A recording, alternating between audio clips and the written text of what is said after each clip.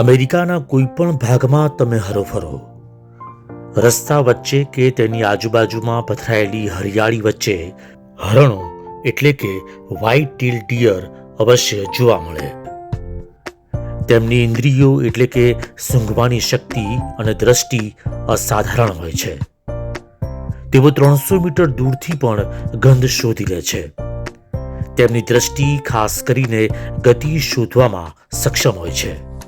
કાન 180 ડિગ્રીથી વધુ ફરી શકે છે, જે તેમને નજીકના ખતરાને ઝડપથી શોધવામાં મદદ કરે છે.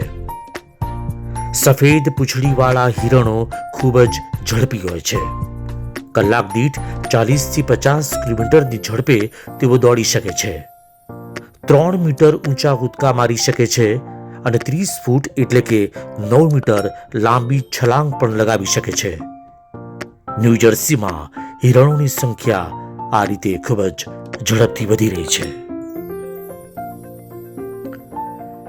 આ જે પરિસરને આપ જોઈ રહ્યા છો તે પરિસરમાં સામાન્ય રીતે હિરણો જોવા એ ખૂબ જ સામાન્ય બાબત છે. અને આ પરિસર એટલે કે આ હિરણો જોવા મળે છે ખાસ કરીને બેલવર્ક્સ બિલ્ડિંગની આસપાસના વિસ્તારમાં, જે 472 એકરના વિશાળ કેમ્પસમાં પથરાયેલું છે. ન્યૂજર્સી રાજ્યના હોલ્મડેલમાં આવેલું આ એક ઐતિહાસિક સ્થળ છે, જે હરિયાળી અને ખુલ્લા વિસ્તારોથી ઘેરાયેલું છે. આ બિલ્ડિંગ ટેલિકોમ્યુનિકેશન અને ટેકનોલોજીના ક્ષેત્રે અગ્રણી સંશોધન કેન્દ્ર તરીકે વિશ્વભરમાં પ્રખ્યાત છે. તો આપ જોઈ રહ્યા છો આ વિશાળ કેમ્પસને, જે માર્ગ જઈ રહ્યો છે બેલવર્ક્સ બિલ્ડિંગ તરફ. તેની આસપાસમાં જોવા મળશે આ રીતે અસંખ્ય હિરણો.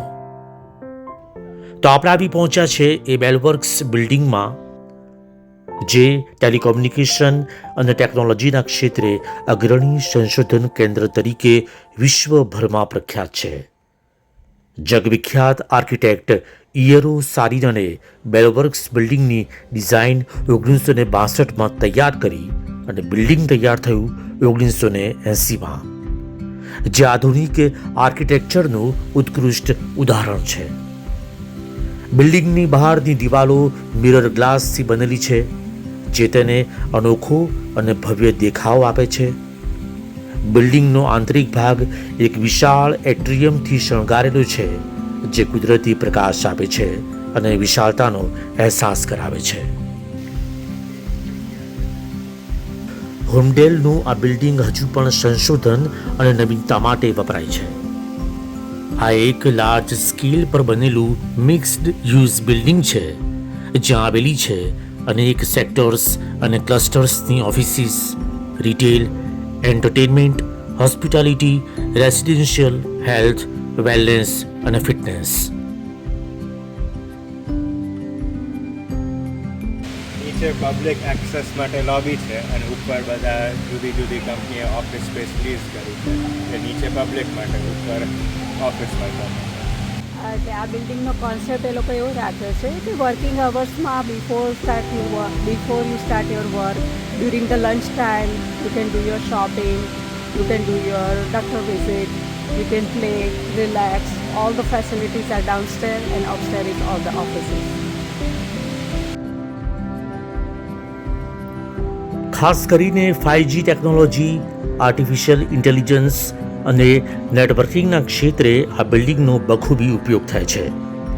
જો કે 2000ની સાલ બાદ બિલ્ડિંગનો ઉપયોગ કરતાં તેમાં નવીનીકરણ કરવામાં આવ્યું અને હવે તેમાં ઓફિસીસ, રિટેલ સ્પેસ અને અન્ય બિઝનેસ સ્ટાર્ટઅપ્સ ચાલી રહ્યા છે. આ બિલ્ડિંગના અનોખા દેખાવને કારણે અનેક ફિલ્મ્સનું અહીં શૂટિંગ પણ કરવામાં આવ્યું છે.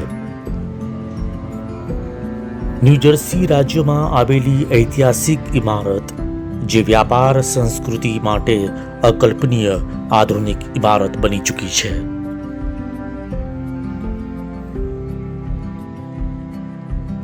દોસ્તો, તો આ છે બેલવર્ક કોમ્પ્લેક્સ, જેમાં દુનિયાભરની મોટી મોટી કંપનીઓની, એટલે કે આઈટી હોય કે સોફ્ટવેર કંપની હોય, ટેકનોલોજીને લગતી કંપની હોય કે કન્સ્ટ્રક્શન કંપની હોય, મેન્યુફેક્ચરિંગ કંપની હોય, મોટી મોટી કંપનીઓના HR ઓફિસ અહીંયા આગળ આવેલી છે અને તેનું આ બિલ્ડિંગ હું આપને બતાવી રહ્યો છું કે કેટલું તેની ભવ્ય વિશાળ આ જગ્યા જે છે લગભગ